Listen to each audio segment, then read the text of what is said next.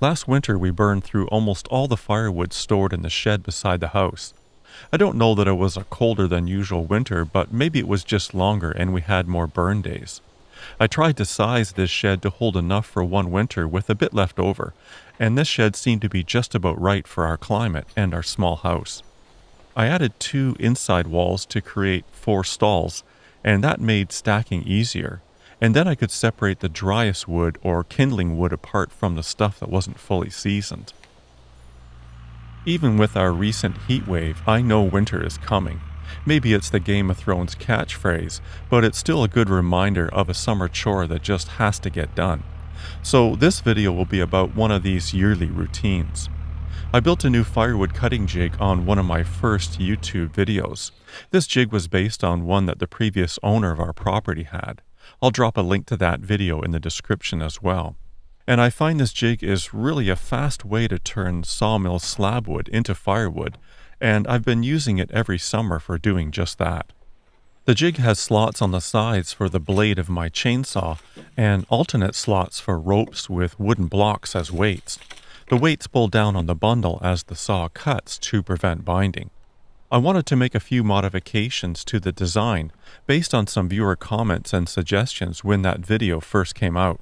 I'll pull the roped weight blocks and bottom spacer boards out of the jig. Then I'll flip it over and remove the 2 nuts of the carriage bolts that secure the axle to the base. Someone had suggested that I move the back axle closer to the center of the jig to make it easier to move. That way more of the weight would be balanced on the axle and less on the handles.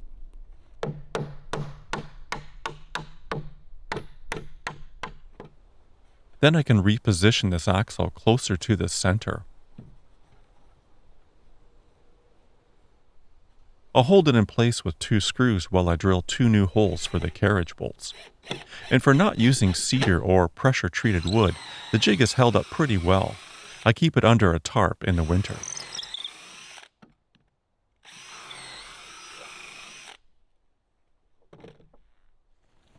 To reach these new hole locations, I stood the jig up on its end. Then I could tap the bolts through the base and axle.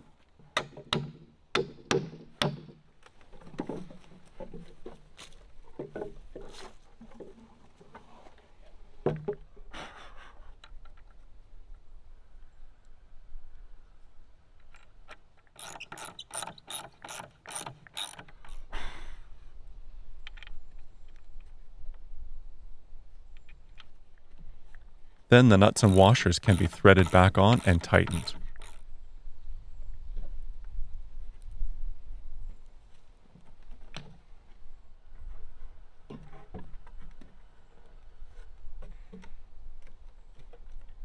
And that made it much easier to move.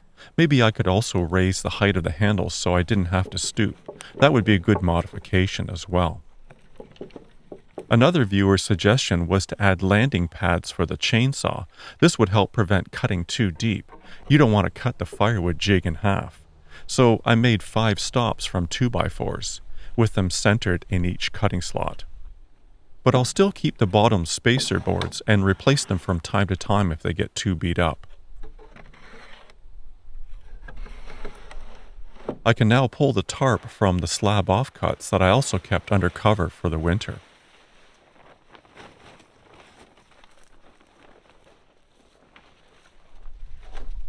I'll need to go back in time here for just a few minutes. More than a year ago, we were upgrading the power to our house from 70 amps to 200 amps. The power utility would not run a new line to the house unless we removed a few trees that were too close to the pole. In fact, one of these trees was almost touching the original wires.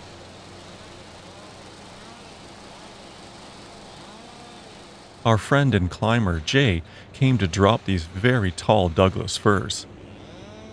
It's quite a sight to see him way up there dropping limbs.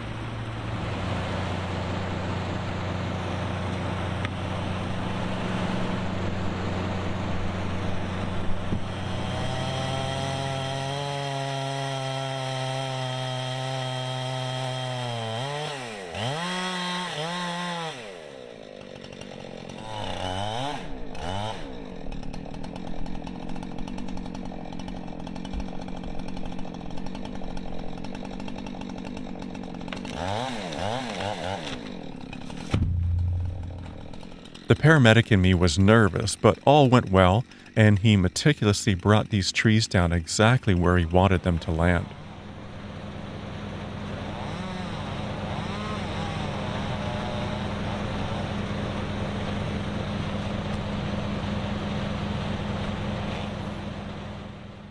The summer that followed that, we had him back with his mill to turn these logs into boards.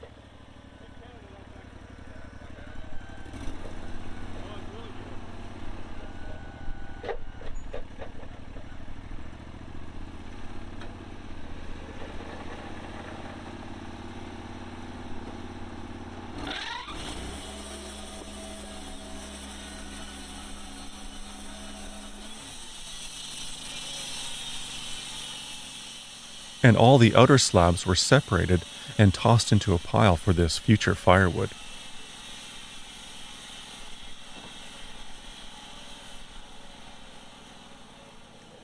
With the jig ready, I'll start loading in the slabs. Most of these pieces are longer than the jig, so I just let them hang off the end and I'll cut those freehand. This is why I move the axle only a couple of feet toward the center, so it wouldn't tip with these longer pieces. I try to pack it pretty tight, mixing between small and big slabs and alternating them end to end if the pieces are tapered. Packing the jig tight does put some stress on the 1x8 sideboards, but the base is a doubled up 2x10 and the sideboards were both glued and screwed, and they've survived so far. Then I can run the ropes and weights over the stack. One viewer suggested using bungee cords instead of the hanging weights, and I think that would work just as well, if not better.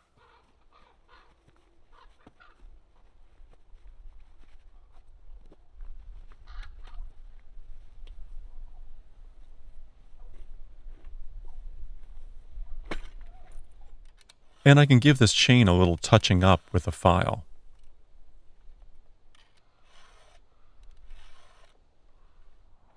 And the chain also needed to be tightened.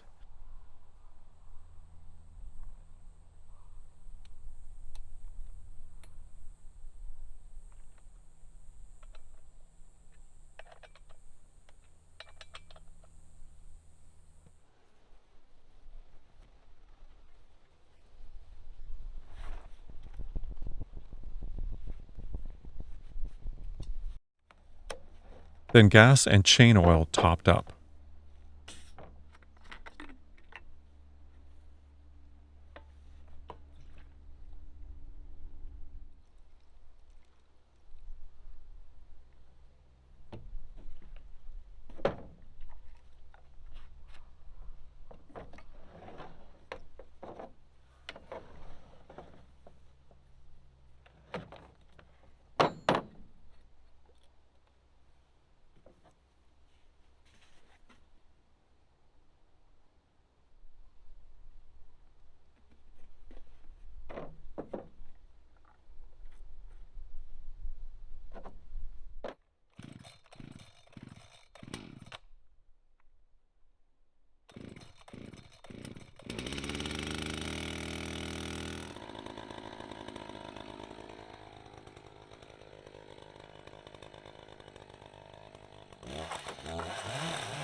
I can cut the long ends to stove length, then run the saw down each slot.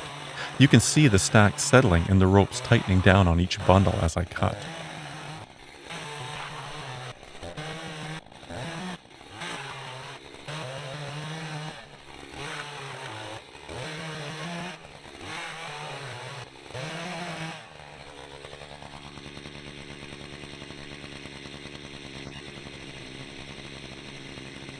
I tuck the weight blocks under the jig as the ropes have tripped me up in the past.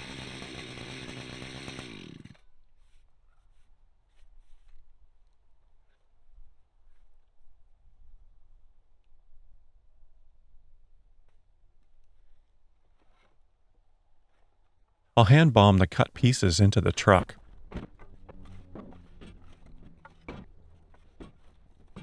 I end up with a variety of sizes. Some are pretty small and they'll be used for kindling.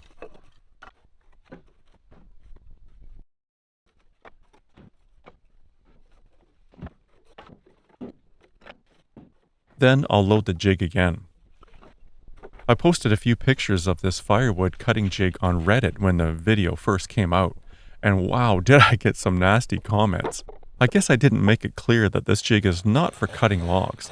Those are easy enough to cut where they fall, but that this jig is for mill slabs in small pieces. I find it much easier to cut those in big bundles this way than one by one bent over with my saw.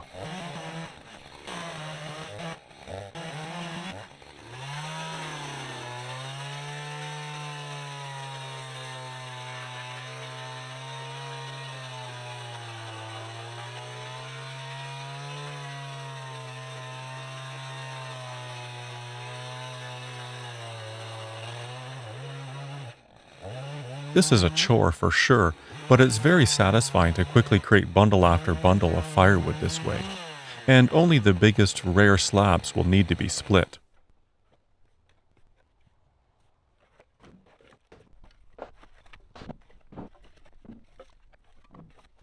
If you watch my recent low profile deck video, then you know I had some very crooked grand fir trees milled as well.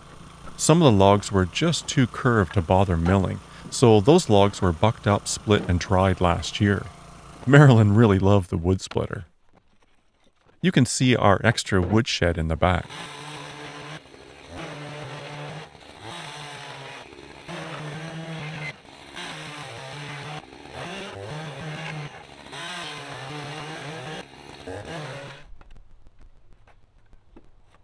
I try to keep the blade between the boards and stop part way to check the other side, but it's impossible not to hit the jig from time to time.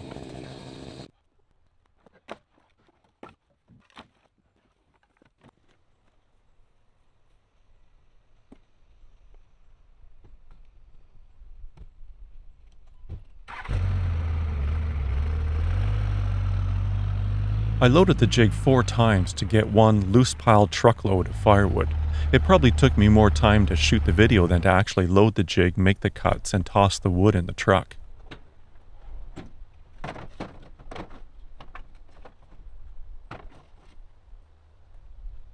And along with this slab wood, I'll add those other split logs from last year. They're now dry and they will go in the woodshed beside the house as well. I find it real handy to have a bit of everything, split logs, slabs, and kindling sizes. So thanks for watching, and we'll see you next time.